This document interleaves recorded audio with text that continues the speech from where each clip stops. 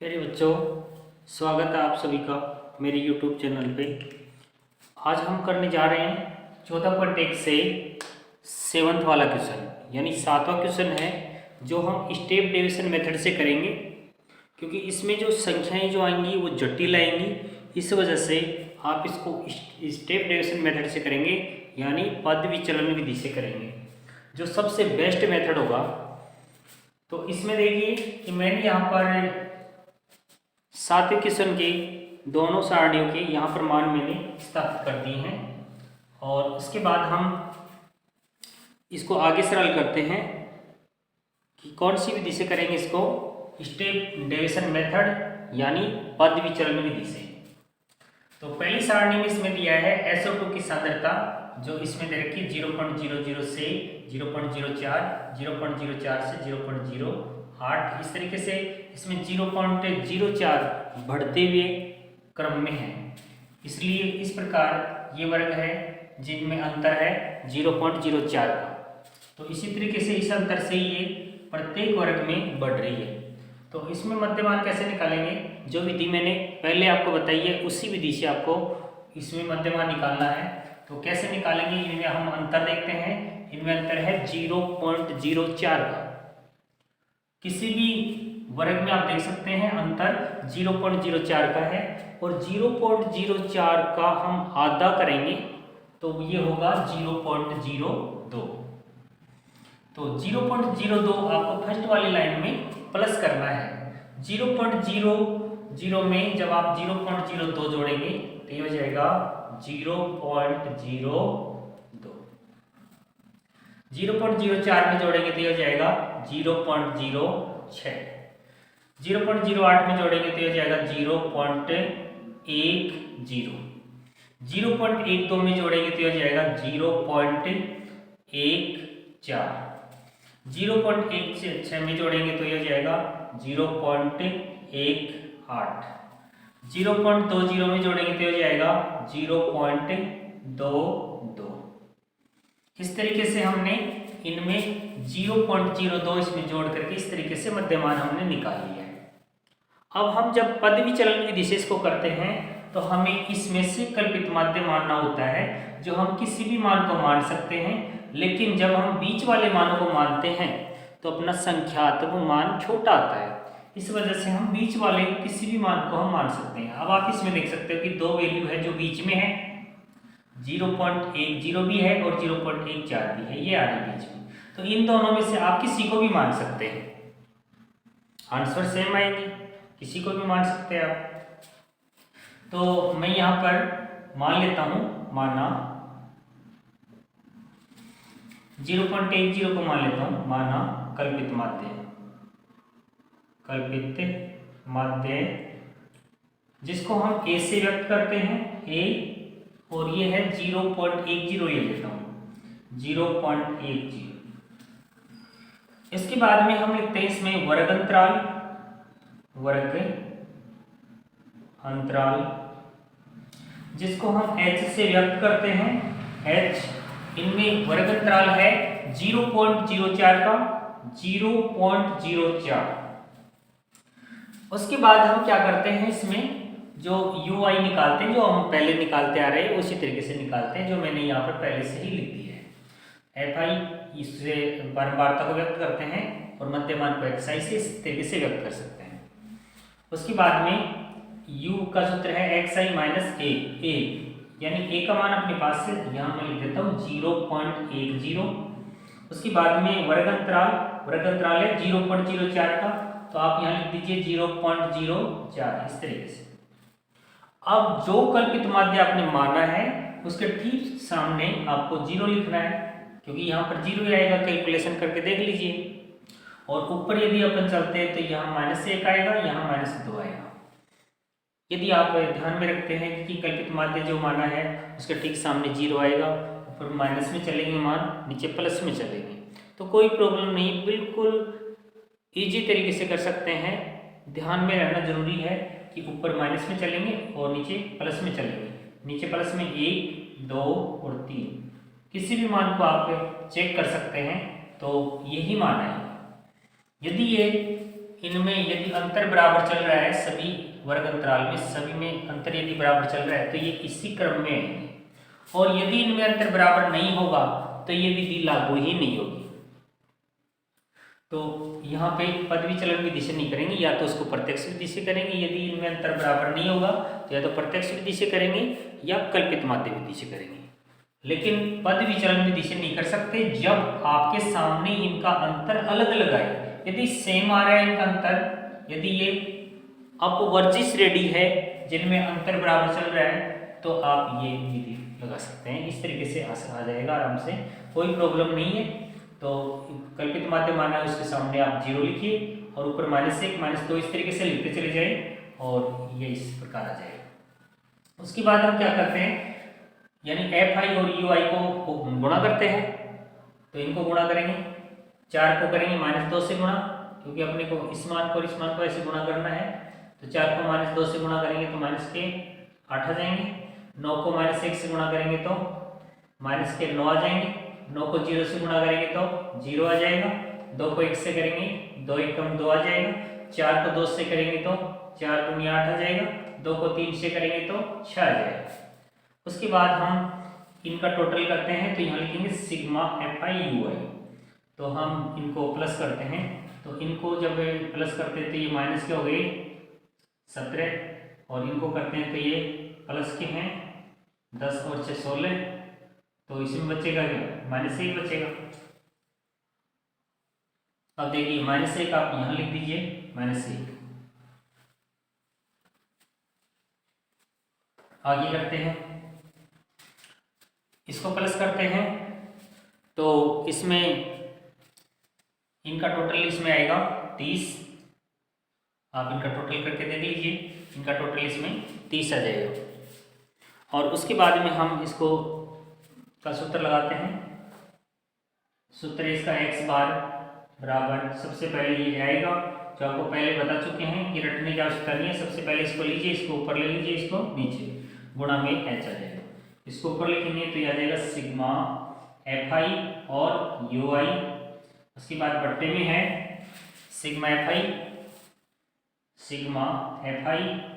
और फिर गुणा करेंगे h से।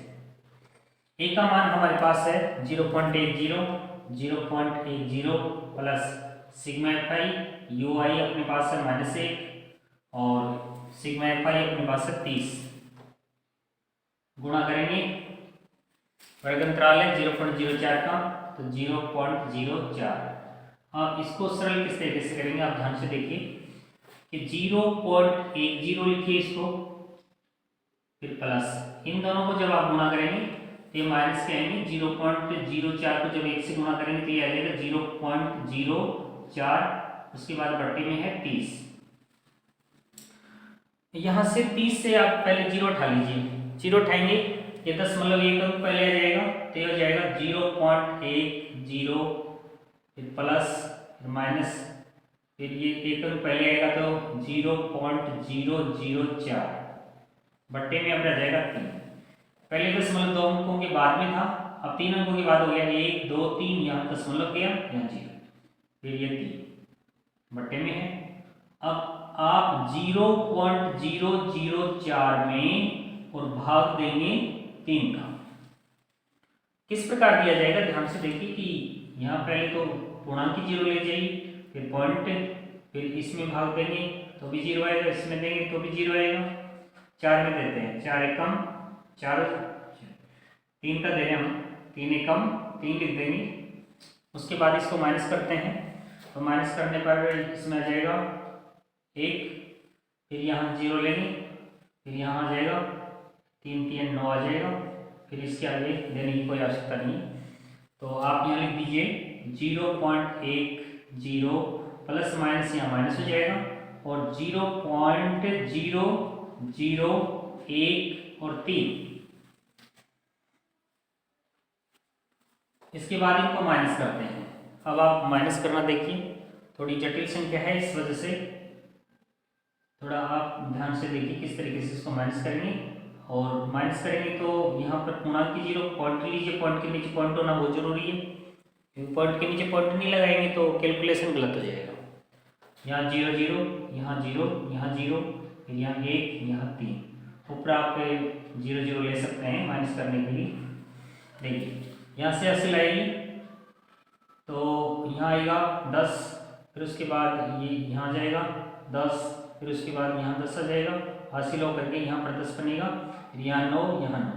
तो यहाँ 10 में से जब आप 3 निकालेंगे तो यहाँ 7 बचेगा, यहाँ 9 बचेगा, 9 में से 1 निकालेंगे तो यहाँ 8 बचेगा, यहाँ पर 9 बच जाएगा, यहाँ पर 0 में से 0 जाएगा तो यहाँ 0, फिर पॉइंट, फिर 0। अब देखिए अपने को इनको अप्रोक्स में करना है, तो यहाँ पर मान लीजिए कि यहाँ पर 0.9 और 8 आ गया। तो यहाँ पर आप जब 8 तक यहाँ तक के डिजिट लेते हैं तो इस अंक को देखिए, इसमें यदि 5 या 5 से बड़ा अंक है तो एक अंक यहाँ पर बढ़ा करके लिख सकते हैं। तो आप इसी मान को लिख सकते हैं 0.099 लिख सकते हैं लगभग में। तो ये लिखा जाएगा 0.099 लिखा जाएगा, ये आंसर है यहाँ। इस तरीके से मैंने आपको इसका कैलकुलेशन करके बता दिया है, माइनस करके बता दिया है, भाग दे करके बता दिया है। तो ये ध्यान से करना बहुत जरूरी है। ये था 7वां क्वेश्चन, जिसमें थोड़ी पॉइंटों से संबंधित जटिल संख्याएं हैं जो पद विचलन विधि से, स्टेप डेविएशन मेथड से काफी इजी है। उसके बाद हम करते हैं 8वां क्वेश्चन, जिसमें जो वर्ग दिया हुआ है उसमें अंतर अलग अलग है, तो हम उसको लगातार प्लस नहीं कर सकते। और इस विधि में 8वें क्वेश्चन में आप 2 विधि यूज में ले सकते हैं, एक तो डायरेक्ट मेथड यानी प्रत्यक्ष विधि, और या ले सकते हैं कल्पित माध्य विधि, एज्यूम्ड मीन मेथड। अब देखिए आप अगले क्वेश्चन को करेंगे, किस तरीके से करते हैं देखिए, ध्यान से देखिए। इसको मैं यहाँ से हटा देता हूँ।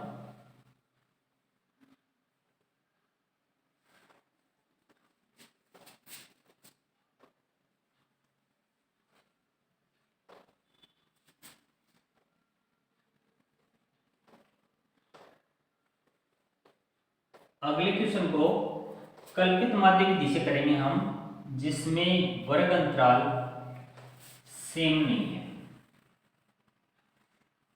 h का उपयोग यहाँ हम नहीं कर सकते क्योंकि इसमें वर्ग अंतराल अलग अलग है।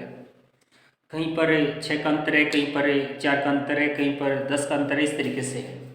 8वें क्वेश्चन को देखते हैं। किसी कक्षा अध्यापिका ने पूरे सत्र के लिए अपनी कक्षा के 40 विद्यार्थियों की अनुपस्थिति निम्नलिखित रूप में रिकॉर्ड की। एक विद्यार्थी जितने दिन अनुपस्थित रहा उनका माध्य ज्ञात कीजिए। तो हम इसमें माध्य ज्ञात करते हैं, जो किस तरीके से ज्ञात किया जाएगा। अब देखिए, जो हम कल्पित माध्य विधि से करेंगे, इसको प्रत्यक्ष विधि से भी किया जा सकता है, लेकिन हम इसको करते हैं कल्पित माध्य विधि से। पहले कॉलम में है दिनों की संख्या, लिखते हैं दिनों की संख्या। उसके बाद दूसरे कॉलम में है विद्यार्थियों की संख्या। तो दूसरे कॉलम में बारंबारता आती है हमेशा, तो दूसरे कॉलम में हम लिखेंगे विद्यार्थियों की संख्या।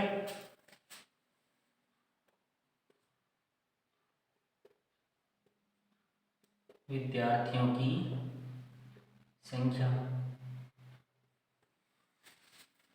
दिनों की संख्या में 0 से 6, 0 से 6, और फिर है 6 से 10, 10 से 14, फिर 14 से यहाँ 20 है,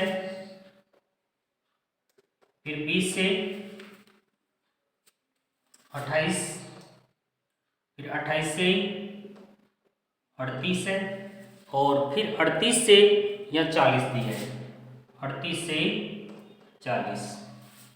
और फिर विद्यार्थी की संख्या में है 11, 10, 7, 4, 11, 10, 7 और 4, और उसके बाद 4, 3, 1, 4, 3, 1।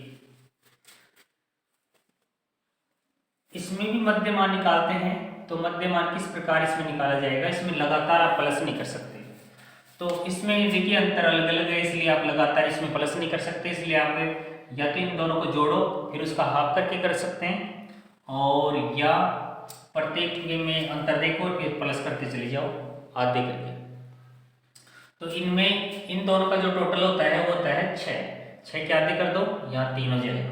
इन दोनों का टोटल कर दो 16। 16 के आधे यहाँ 8 लिख दीजिए। इन दोनों का टोटल 24 होता है, उसके आधे कर दीजिए, हाफ कर दीजिए, वो जाएगा 12। इनका टोटल 34 होता है तो हाफ हो जाएगा 17। इनका 48 तो हाफ हो जाएगा 24। इनका जो टोटल है वो है 66 तो हाफ हो जाएगा 33। इनका टोटल है 78 तो हाफ हो जाएगा यहाँ 39। इस प्रकार। उसके बाद यदि आप कल्पित माध्य विधि से करते हैं तो आपको डी निकालना होगा, जिसको आप डी आई से भी व्यक्त कर सकते हैं। सूत्र है एक्स आई माइनस ए। याद रखना डी यानी डेविएशन निकलता है इसमें, जिसको इन दिन कहते हैं विचलन। तो डी आई से व्यक्त कर सकते हैं इसको, ये एक्स आई से इसको व्यक्त किया एक्स आई माइनस ए। अब इसमें आपको ए यानी कल्पित माध्य मानना होगा।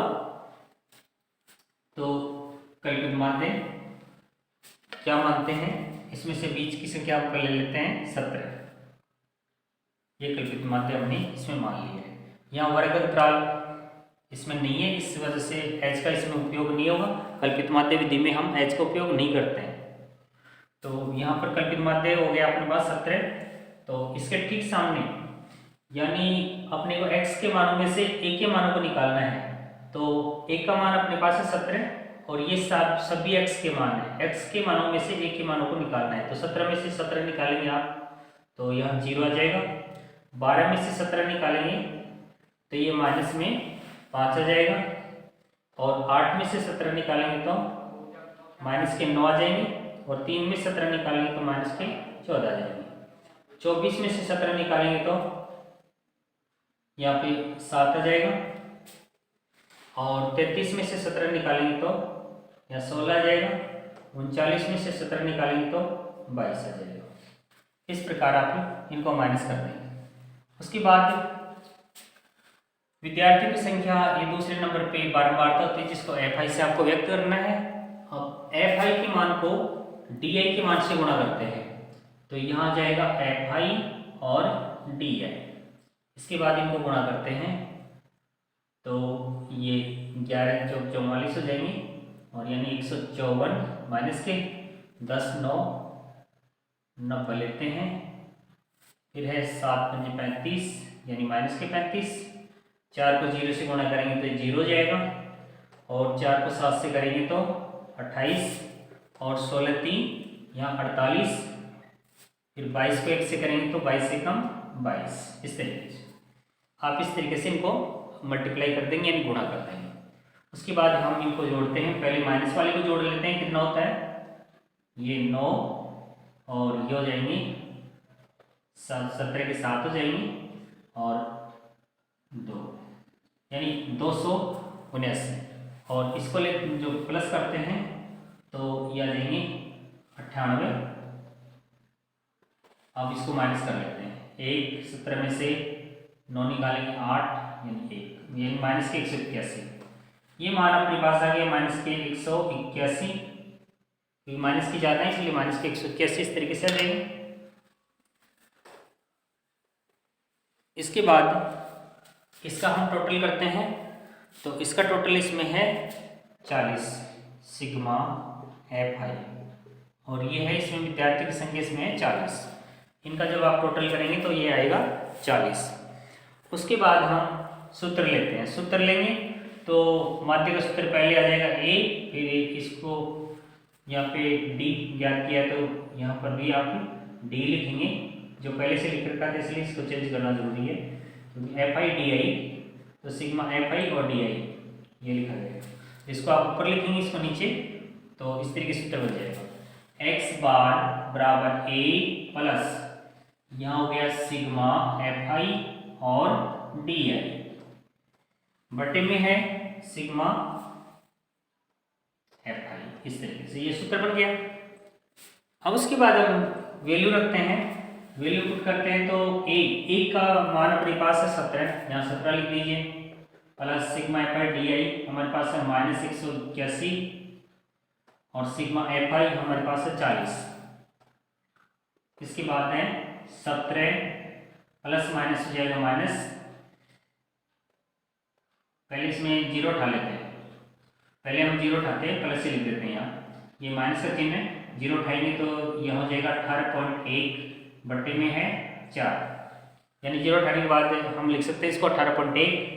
अब हम इसमें 4 का भाग देते हैं तो 18.1 और इसमें हम भाग लगाते हैं 4 का, तो 4 चौक 16 हो जाएगी, 2 बचेंगे, पॉइंट के बाद वाला निकलेंगे तो पहले पॉइंट जाएगा फिर अंक आएगा, 4 पंजे यहाँ 20 हो जाएगा और उसके बाद 1 फिर 0 फिर 4 दूनी 8 फिर 4 पंजे 20, इस तरीके से ये संख्या आ जाएगी इसमें।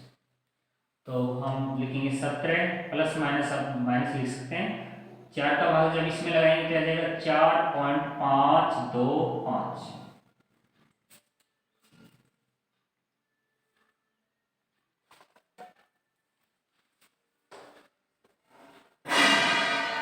उसके बाद हम इसको माइनस करते हैं तो ये हो गया 17 माइनस,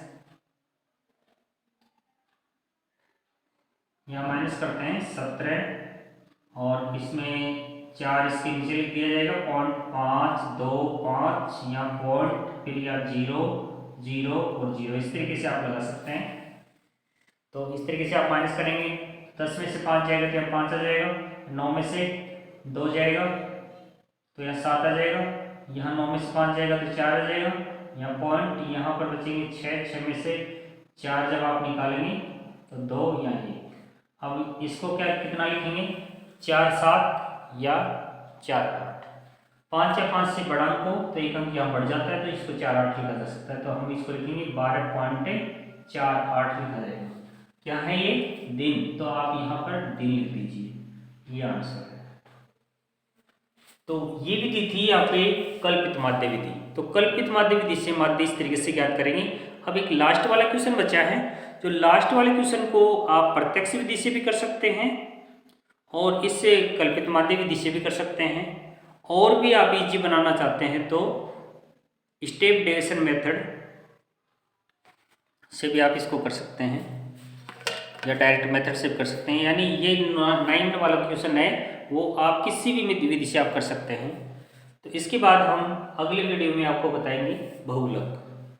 इसके लिए बराबर आप चैनल पे बने रहें और लाइक करें और शेयर करें।